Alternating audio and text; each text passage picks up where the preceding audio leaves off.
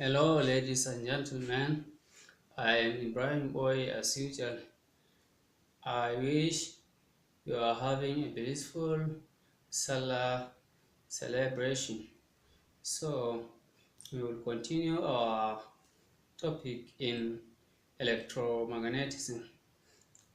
Though some people, even myself, thought we would just touch the topic casually and define its properties like uh, properties of the waves like amplitude, uh, frequency, and wavelength, so that we move into quantum mechanics proper. But I thought again there may be our students in school who are still looking for where to get these calculations easier. So I decided to take almost a complete exposition of electromagnetic waves. However, we are not doing much. We are just trying to pick up things that will be helpful to us. And at the next episode, we will close this chapter and start with problems that forced physicists invent quantum mechanics. Such problems are like black body radiation, double slit experiment, uh, photoelectric effect, and a lot more. So we will bear with us, because even when we are using the mathematical processes, we are trying to be we are trying to give thorough explanations as much as we can. So in our last episode, we ended where we promised to start uh, to render Maxwell's third and fourth equations in a different form, which will enable us calculate uh, electromagnetic waves formula. So the things that we need to know in order to rewrite the third and fourth equations are magnetization H, which is equal to B over mu. Therefore, B is equal to mu naught H. We stored the equation here because we will soon come to use it. An electric field displacement D, which is equal to electric displacement E, which is equal to E epsilon not E, or E is equal to D divided by epsilon naught. So whatever way, this is very clear. So let us rewrite the Maxwell equations.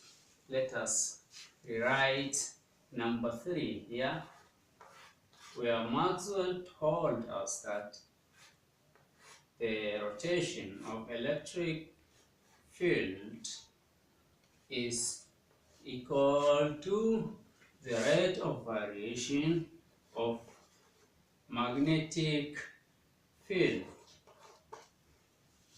So in that addition we stopped here, but since P is equal to mu naught h, we can say it is also equal to minus mu naught h, okay, minus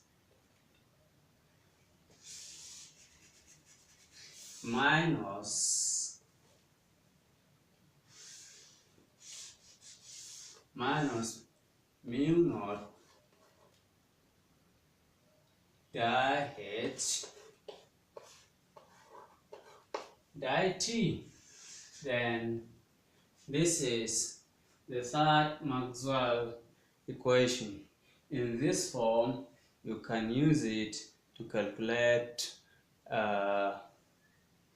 wave equation, electromagnetic waves equation. Then the fourth one,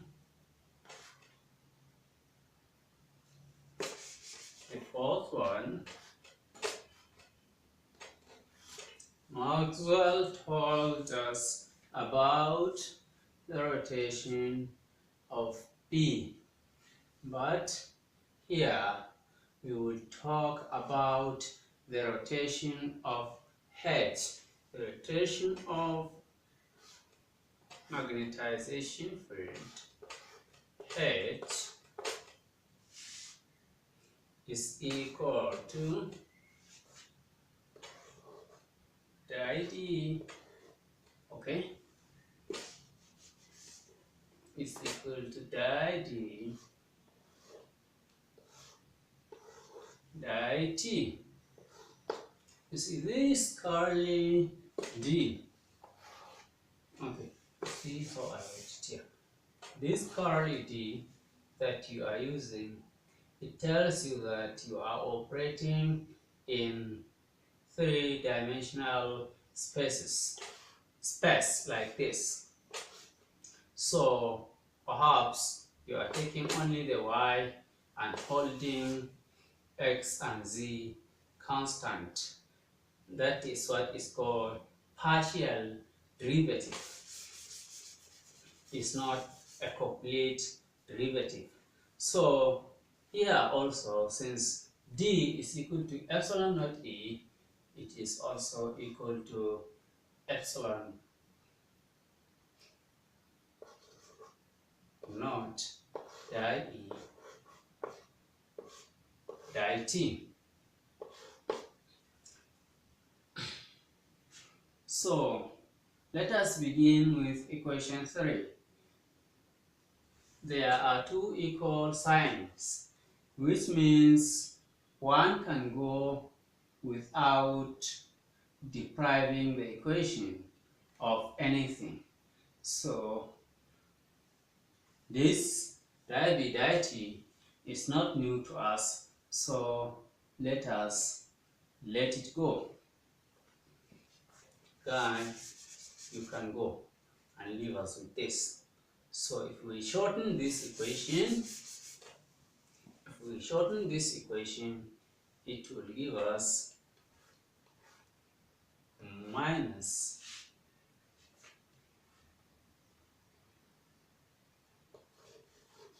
mu naught h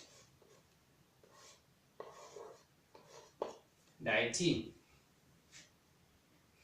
Also, in the last case, there are two equal signs, which means one can go without depriving the equation of anything or reducing something from it.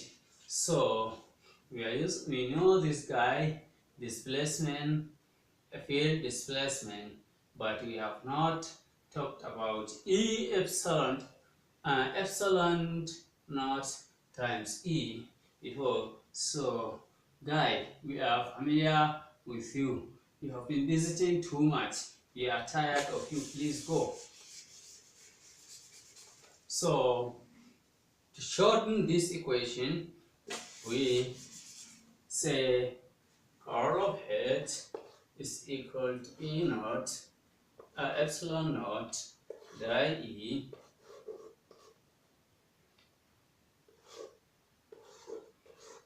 by T. Now, you can take any of these equations to calculate your wave equation with amplitude, speed, and everything. So for myself here, I have decided to take equation 3. But what I do with equation 3, if you do it with equation 4, you are going to get exactly the same answer, but the amplitude of the wave will not be the same because electromagnetic waves have two amplitudes. One vertical amplitude of electric field and perpendicular to it another amplitude of magnetic field. So as this electric field decays, that is falling down, that is how this electric field is growing like that, and alternatively, and they travel in space. So you can have an equation, a wave equation in which the amplitude is magnetic field, or an equation in which the amplitude is electric field. So let us take equation 3 as we promised and say the curl of E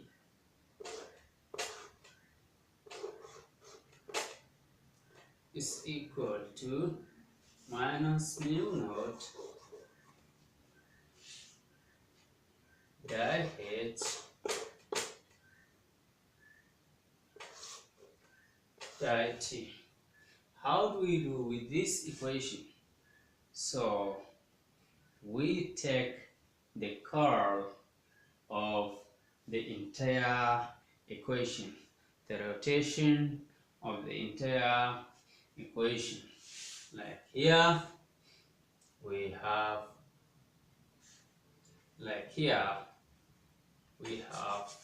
minus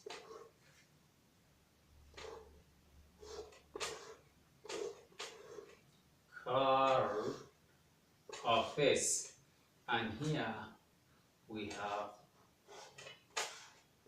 curl of the curl of E.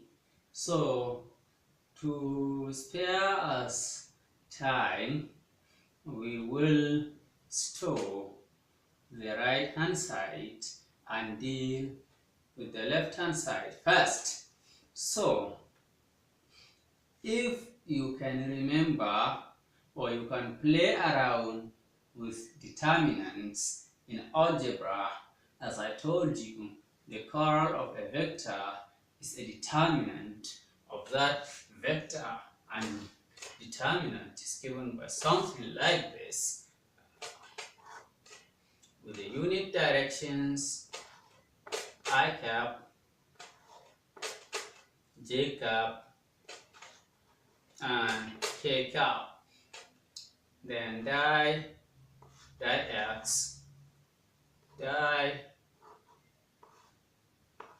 y, di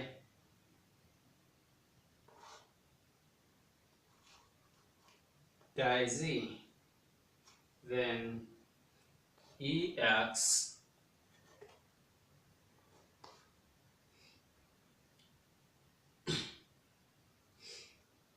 EX,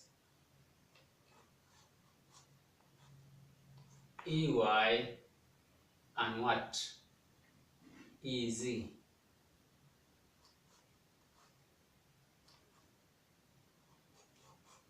So if you do this twice, you are going to get a result something like this. The curl of P is equal to del into the divergence of E. We have the right hand side here, so we are not missing it. We will just take this curve. So divergence of E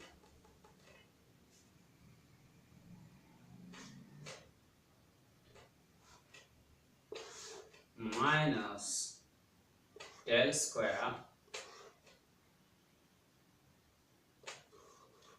of E. So if you remember, the first Maxwell equation is that the divergence of E in empty space is equal to 0. So this is equal to 0. If this is equal to 0, the whole of this is equal to 0. So the curl of E is equal to minus del square of E. So for the left hand side, we have we have crushed the left hand side. It is minus, let me put it here down. It is minus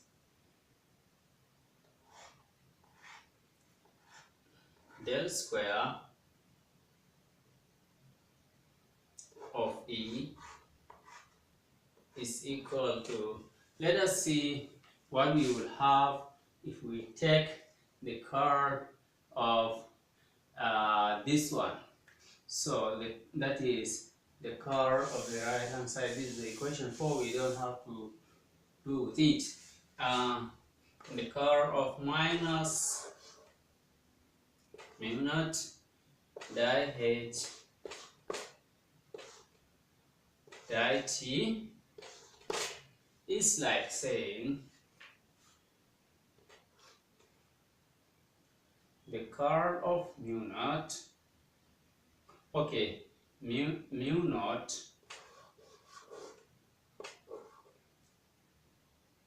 di T into the curl of H. I think you were quick to dispense with the third equation because it will work here. So this one gave us the way we rewrote the Maxwell equations. Curl of H is equal to di D di T is equal to epsilon naught di E di T. So we got rid of this and said the curl of H is equal to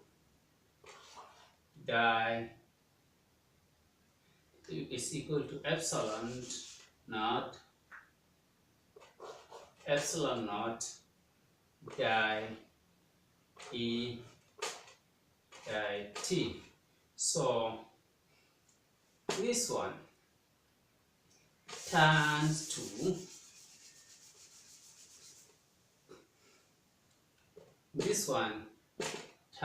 to mu naught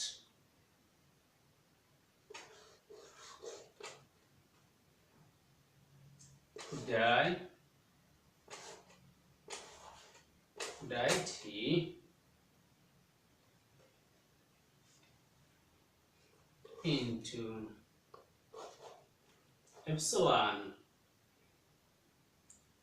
di e di t. So to bring out this together, in order to complete our calculations, we will need a small space here. Let this one come out and multiply by mu naught. So it is equal to minus, sorry, I have not been holding the minus sign consistently. It's equal to minus mu naught epsilon naught di t into di e di t. So this one is the same thing as when you get rid of the parentheses as di and di, you have minus, okay, this space will not be enough. You have di and di, you have minus epsilon naught mu naught di and di square di t and di t. Okay, e di square e di t over di t square. So this is the curl of the right hand side. We have also crushed it. So what is left for us is to put this one on the left hand side and say it is equal to this one on the right hand side. I have already put the equality sign, so it is equal to minus epsilon naught mu naught di square e di t square. So multiply the equation by minus 1. I want to write the equation at the top here because the equation is the omega at the top. So multiplying by minus 1, this minus goes, so we are left with del square of E is equal to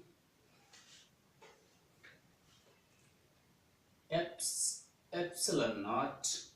This also has been killed by this one, epsilon naught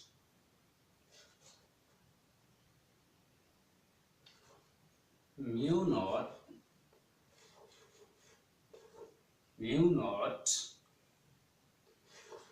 di square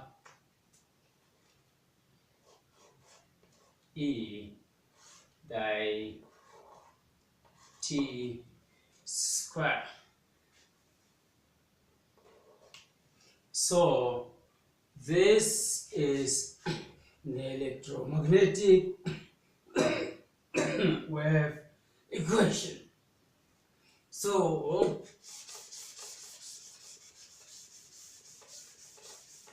we have driven, let me put it, if I were a calligrapher, I would have put it in a calligraphic form because it is an equation that changes the world. Very, very unique equation. Del square of E, but unfortunately, not even to talk of calligraphy. In ordinary writing, my handwriting is very poor.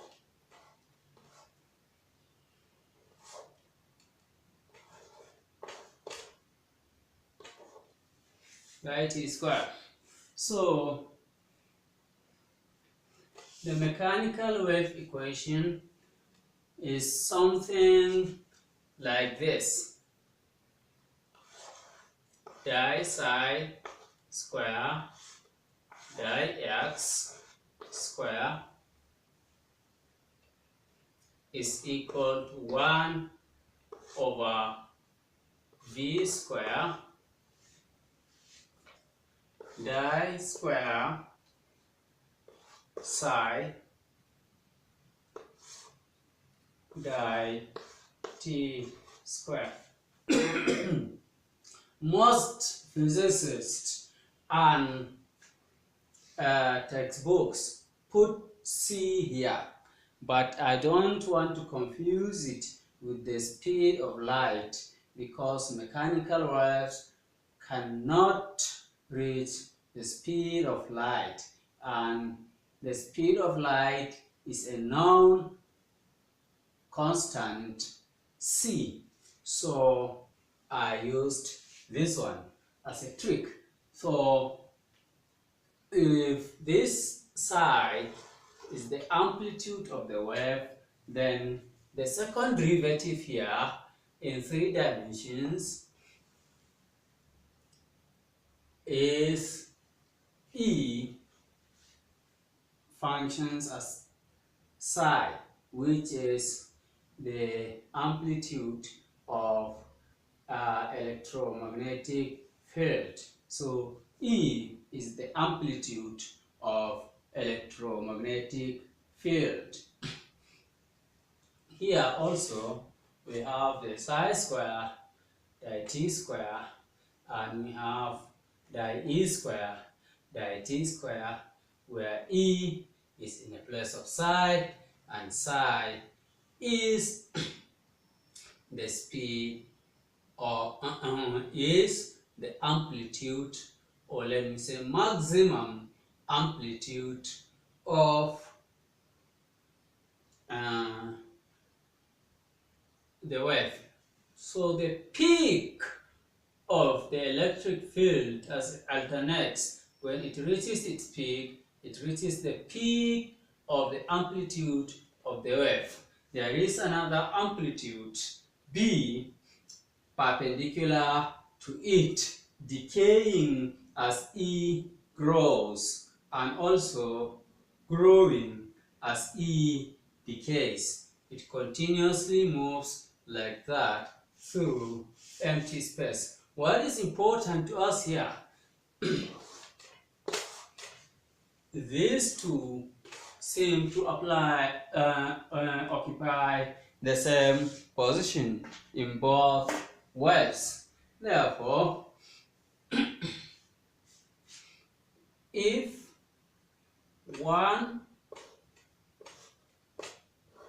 over v square is here, then this will be equal to 1 over c square, where c is the speed of light. So let us say it here. 1 over c, because this equation should be in form of 1 over c, where 1 over c square, where c square is the speed of light. So 1 over c square is equal to epsilon naught mu naught But you know that if the inverse of this is equal to this, then the inverse of this will also equal to this. Therefore, c square, whereby c we mean the speed of electromagnetic waves, is equal to the inverse of epsilon naught times mu naught. So taking the squares of both sides, then c square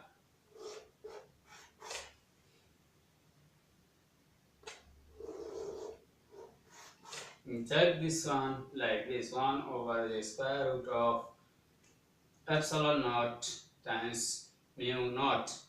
Then you have c is equal to 1 over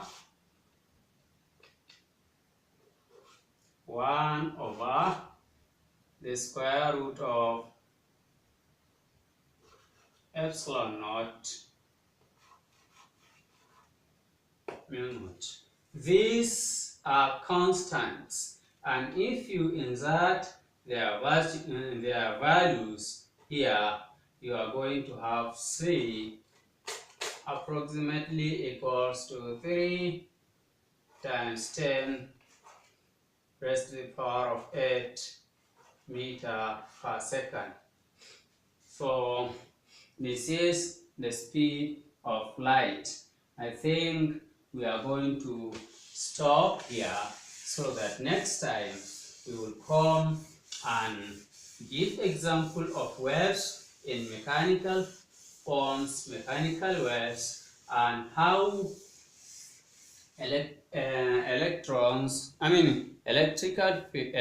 field and magnetic field vary in space. If time permits, you will draw RLC circuits, the passive form and the active form. The active form of RLC circuits we use to transmit signals. Then the passive ones are the receivers in your radio or television, because when the frequency comes, the electromagnetic wave comes, it imparts on the antenna of your device and it causes electric motion inside it, and then wave of the same frequency as that one are produced and interpreted for you. But if time does not permit, you will just give a raw sketch of the principle of antenna. Let's say this is the equilibrium point and an electron is oscillating up and down. So if the electron is moving up, an electric field will be building this way, whereas magnetic field is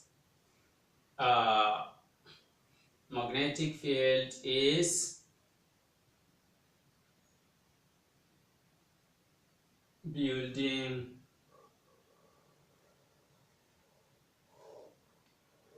this way. Then as it comes down, as it goes up, current coming down, so magnetic field is decaying, electric field growing.